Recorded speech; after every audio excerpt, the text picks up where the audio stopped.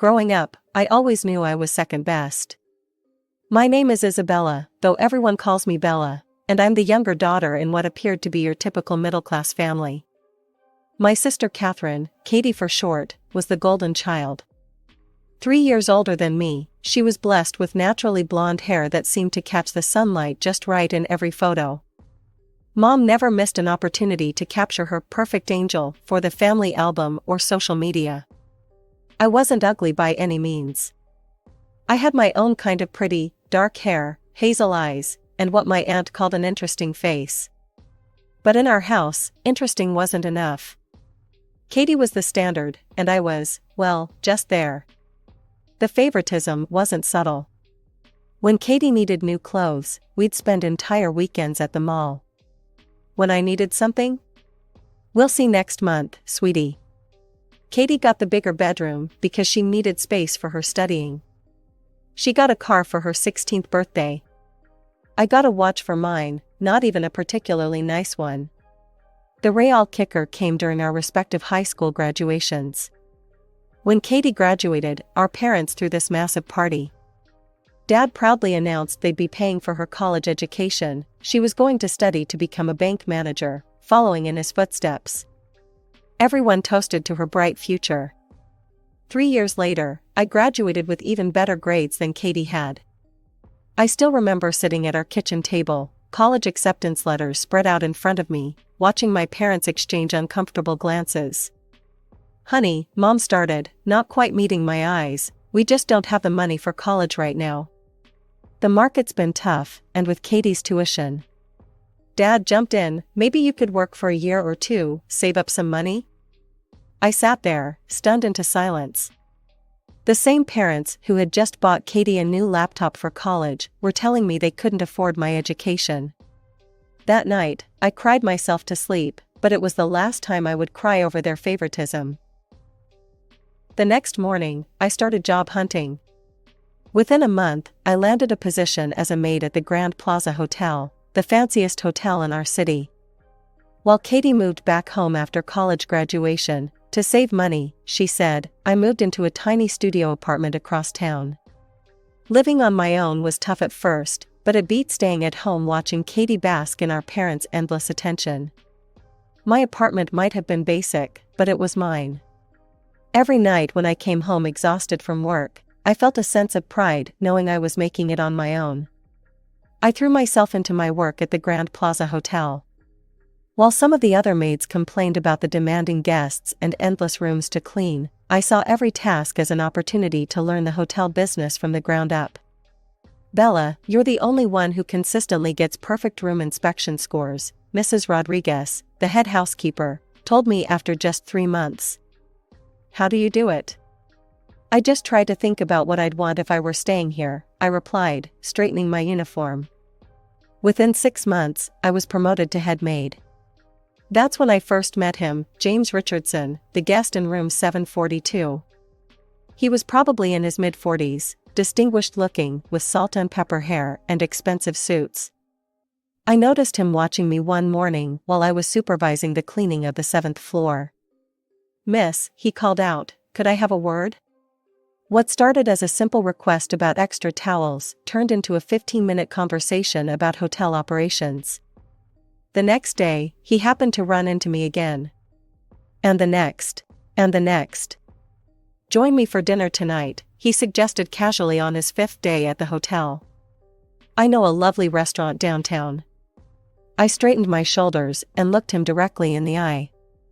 "Mr. Richardson, I appreciate the invitation, but I need to be clear, if you're looking for a temporary arrangement during your stay, I'm not interested."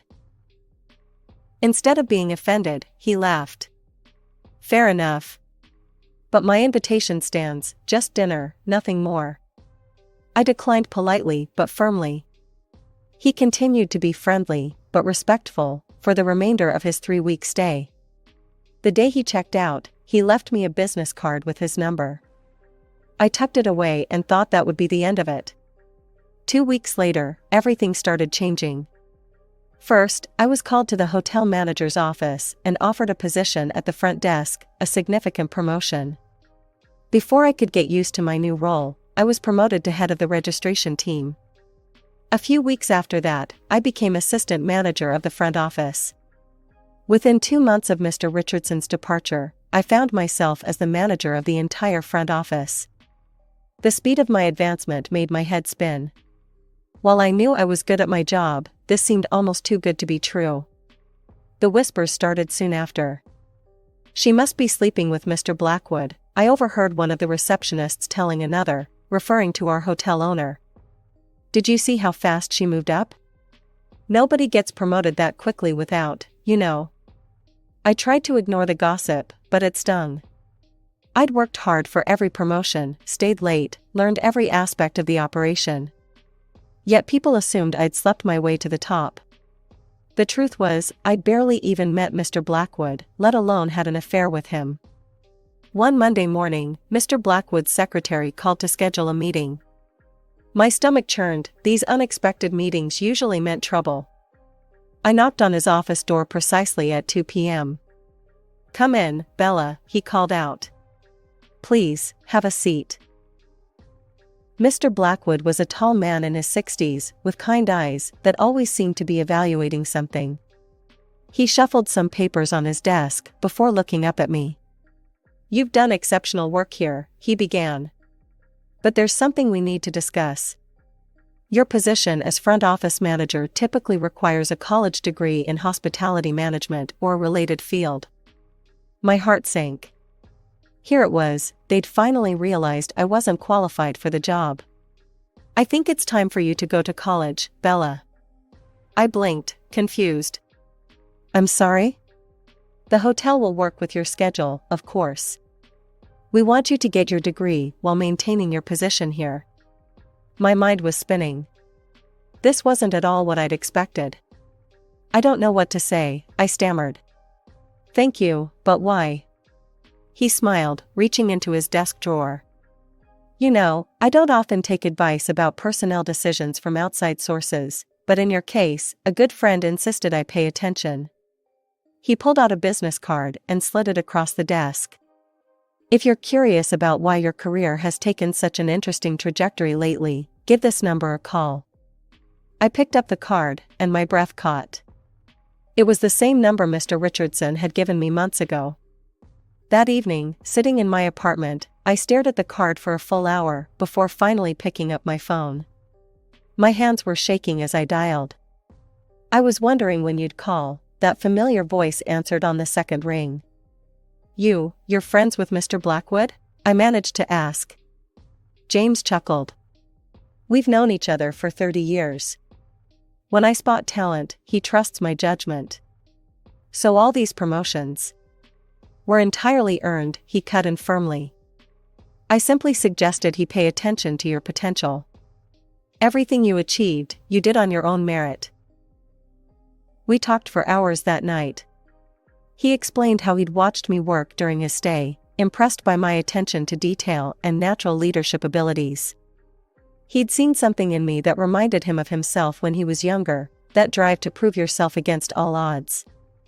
2 days later, we had dinner at that same restaurant he'd first invited me to months ago. This time, I said yes. I enrolled in college the following week, majoring in hotel and restaurant management. James supported me every step of the way, not just emotionally but practically, helping me study, sharing his business experience, teaching me things no textbook could cover. Our relationship deepened naturally. There was no grand romantic gesture, no dramatic moment when everything changed. We simply grew closer day by day, until being together felt as natural as breathing. "Move in with me," he said one evening, 6 months after that first phone call. We were sitting on his penthouse balcony, looking out over the city lights. A month later, we were married in a small but elegant ceremony, and I moved from my tiny studio into his luxurious penthouse apartment. "Girl, you hit the jackpot," my friend Sarah exclaimed over coffee one afternoon. "Successful, handsome, and actually nice? Those kinds of men aren't supposed to exist." I laughed, but she wasn't wrong. James was everything I could have hoped for in a husband. He supported my education, celebrated my career achievements, and made me feel valued, something I'd never experienced growing up. My newfound happiness made family gatherings interesting, to say the least. Katie, who had always been the star of the show, was struggling to keep a man interested for more than a few weeks. Her career at the bank was going well, she'd made it to assistant manager, but her personal life was a mess. I'd catch her staring at James and me during holiday dinners, her eyes filled with barely concealed envy. The same sister who used to ignore me unless she needed something now couldn't stop watching my every move. "Did you see how Katie was looking at your ring all through Christmas dinner?" James asked me afterward. I thought she was going to drill a hole through it with her eyes. "She's always been used to having the best of everything," I sighed. "I don't think she knows how to handle not being the center of attention anymore." The situation got more awkward when my parents started their campaign to get Katie married off. Mom would corner me at every family gathering. "Sweetie," she'd say in that syrupy voice she used when she wanted something, "surely James must have some nice friends? Single ones? Katie's not getting any younger, you know." Dad was more direct. "Your sister deserves someone successful, like James. You should help her out, it's what family does." The irony wasn't lost on me. The same parents who couldn't find money for my education were now trying to use my connections to benefit their favorite daughter. "James must know lots of eligible businessmen," Katie herself finally said one day, cornering me in the kitchen during Easter dinner.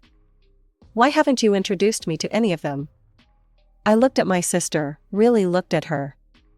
The perfect blonde hair was still there, but her eyes held a desperate edge I'd never seen before. "Maybe because I don't want to be responsible for someone else's love life," I replied carefully. "Besides, relationships aren't about just finding someone wealthy, Katie." "Easy for you to say," she snapped. "You already got the rich husband." I walked away from that conversation knowing I'd made the right choice to keep my distance. Something about Katie's attitude toward finding a wealthy man made me uncomfortable. It felt less like she wanted love and more like she was hunting for a prize. I thought I'd finally found my happily ever after. The next 2 years seemed to prove me right, at least on the surface. But slowly, almost imperceptibly at first, things began to change. It started with small things. James began coming home later and later from work. His business trips, which used to be occasional, became more frequent. At first, I made excuses for him in my head. He was busy, the company needed him, this was just a temporary phase. "Sorry, darling, emergency board meeting," he'd text, missing another dinner I'd prepared. "This trip might take 2 weeks instead of 1, he'd say, barely looking up from his phone. Our home felt emptier with each passing day. The sound of my heels echoing through our penthouse apartment became a lonely reminder of how much time I spent there alone. Finally, one evening, I decided enough was enough. I waited up for him, determined to have a real conversation about what was happening to us. "James, we need to talk," I said when he walked in at 11 p.m. He looked at me with an expression I'd never seen before, cold, distant, almost annoyed. "Yes, we do." What happened next felt like a scene from someone else's life, not mine. "I want a divorce," he said flatly, as if he were discussing the weather. "I don't love you anymore." Actually, I'm not sure I ever did. I felt like I'd been punched in the stomach. "What?" "James, if something's wrong, we can work on it." "There's nothing to work on, Bella. It's over. My lawyer will be in touch." Everything moved at warp speed after that. Within days, I was served divorce papers. The prenuptial agreement I'd signed, the one I'd thought was just a formality, meant I had no claim to anything. Not the apartment, not his money, not even the furniture we'd picked out together. In a daze, I packed my clothes and personal items into 3 suitcases. With nowhere else to go, I called my parents. "Mom, Dad, I need to stay with you for a little while," I said, trying to keep my voice from breaking. "Just until I figure things out." The silence on the other end should have told me everything. "Oh, honey," Mom's voice dripped with false sympathy, "we're in the middle of renovations right now. The guest room is completely torn apart." "I could sleep on the couch," I suggested. Well, you see, Dad jumped in, we're having the living room painted too. And you know how small this house is. They had excuse after excuse, each one more transparent than the last. What hurt most was the barely concealed satisfaction in their voices. They were actually happy about my fall from grace. I found a small apartment across town and tried to throw myself into my work. But suddenly, nothing was going right there either. Every report I submitted came back with corrections. Every decision I made was questioned. Finally, Mr. Blackwood called me into his office. The same man who had championed my career now couldn't quite meet my eyes. "Bella," he said, shuffling papers on his desk, "perhaps it would be best if you considered other opportunities. We'd be happy to provide a reference." Depression hit me hard after losing everything. For a month, I barely left my bed. The silence from my family was deafening, not a single call, not even a text to check if I was alive. Thank God for Sarah. "Get up," she demanded one morning, barging into my apartment with coffee and bagels. "This isn't the Bella I know." "The Bella you knew had a life," I mumbled into my pillow. "No," she yanked my curtains open, "the Bella I know is a fighter. The one who started as a maid and worked her way up to management. The one who put herself through college while working full-time. That Bella's still in there somewhere." Thank goodness I'd always been careful with money. Even with the prenup, I had my own savings from years of working and living below my means. James had taught me one useful thing, at least, always have a backup plan. One sleepless night, staring at my ceiling, it hit me. I knew the hotel business inside and out. I'd done every job, from cleaning toilets to managing the front office. I knew what worked, what didn't, and most importantly, what guests really wanted. "I'm going to open my own hotel," I told Sarah over breakfast the next morning. She nearly choked on her coffee. "That's ambitious." "I've got savings for startup costs, but I'll need investors," I said, already making lists on my phone. "And I know exactly what kind of hotel I want to create." I threw myself into research, created a detailed business plan, and started networking. At a charity event for emerging entrepreneurs, I met 2 investors who loved my vision for a boutique hotel that would combine luxury with personal attention. The first year was brutal. I worked reception during the day, did paperwork at night, and filled in for every position when needed. Once, I spent 3 days doing housekeeping when my maid got the flu. But every exhausting moment felt different than before. This time, I was building something for myself. Slowly but surely, the hotel began to succeed. Word spread about our personalized service and attention to detail. By year 3, we were turning a profit. By year 5, I had paid back my investors in full, and the hotel was entirely mine. During all this time, my family remained silent. They'd cut me out of their lives so completely, it was as if I'd never existed. No more holiday invitations, no family gatherings, nothing. At first, it hurt, but gradually, I realized it was a blessing. Their absence meant no more comparisons, no more subtle put-downs, no more feeling like I wasn't enough. I did occasionally check Katie's social media. Old habits die hard, I guess. That's how I learned she'd finally found her rich man and had a baby. Her posts were full of designer baby clothes and exotic vacations. She seemed to have everything she'd always wanted. 2 years passed like a whirlwind. The hotel wasn't just successful, it had become the city's go-to destination for travelers seeking luxury with a personal touch. Travel bloggers regularly featured us in their content, praising our unique approach to hospitality. "We should do something to give back to the community," I told my management team one morning. "Something big." That's how the idea for our first charity gala was born. We transformed the hotel's grand ballroom into a glittering wonderland, invited local celebrities, business leaders, and press. The event aimed to raise money for educational scholarships for underprivileged students, fitting, given my own history with education. The gala was a massive success. Local TV stations covered it, online news sites ran features about the rags to riches story of the hotel's owner, and suddenly, I found myself in the spotlight. 3 days later, my front desk manager called my office. "Ms. Bennett, your parents are in the lobby. They're quite insistent about seeing you. They say they won't leave until you come down." I took a deep breath, straightened my suit jacket, and headed to the lobby.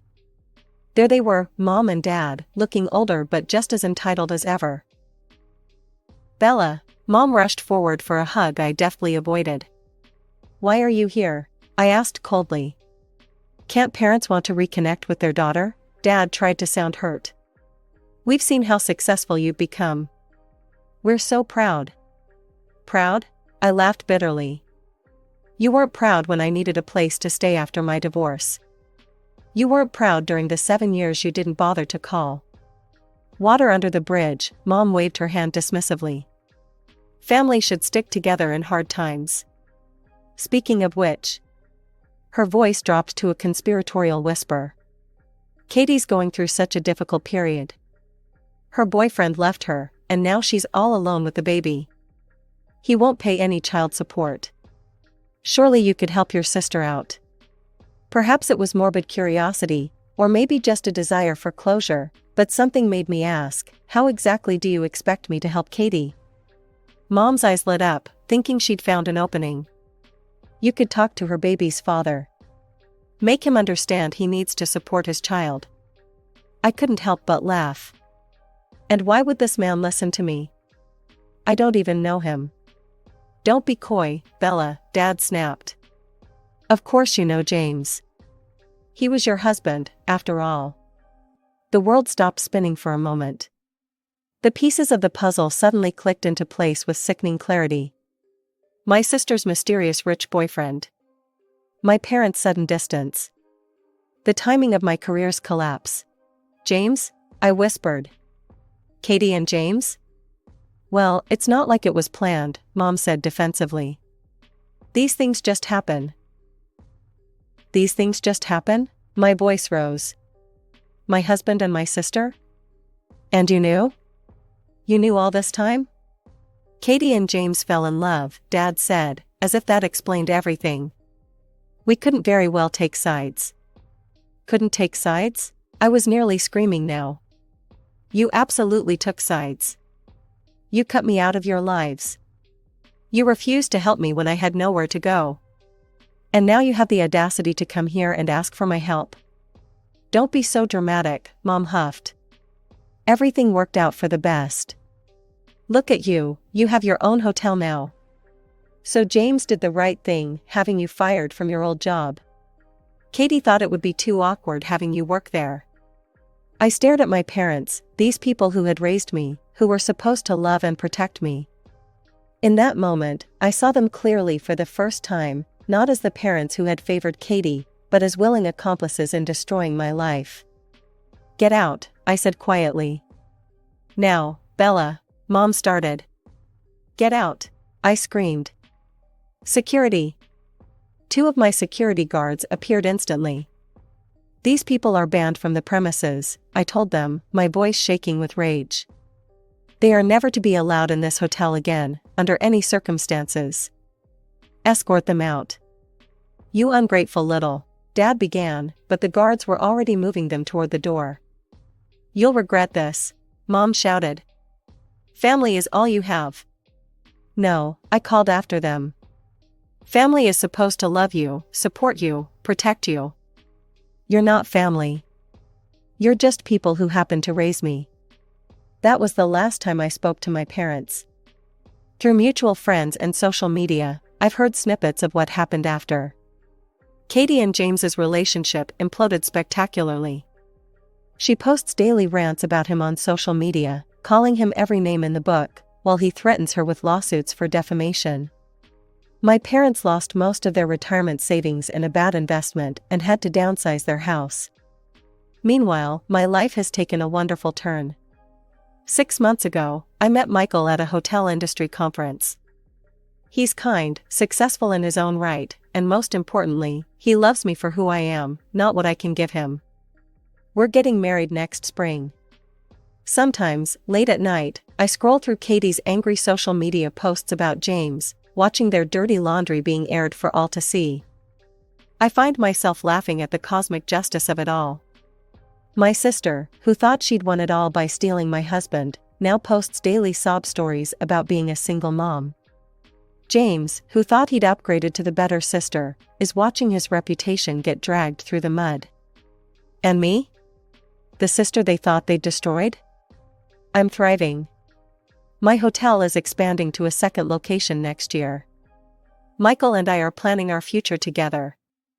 And most importantly, I'm finally free from the toxic family that never really loved me.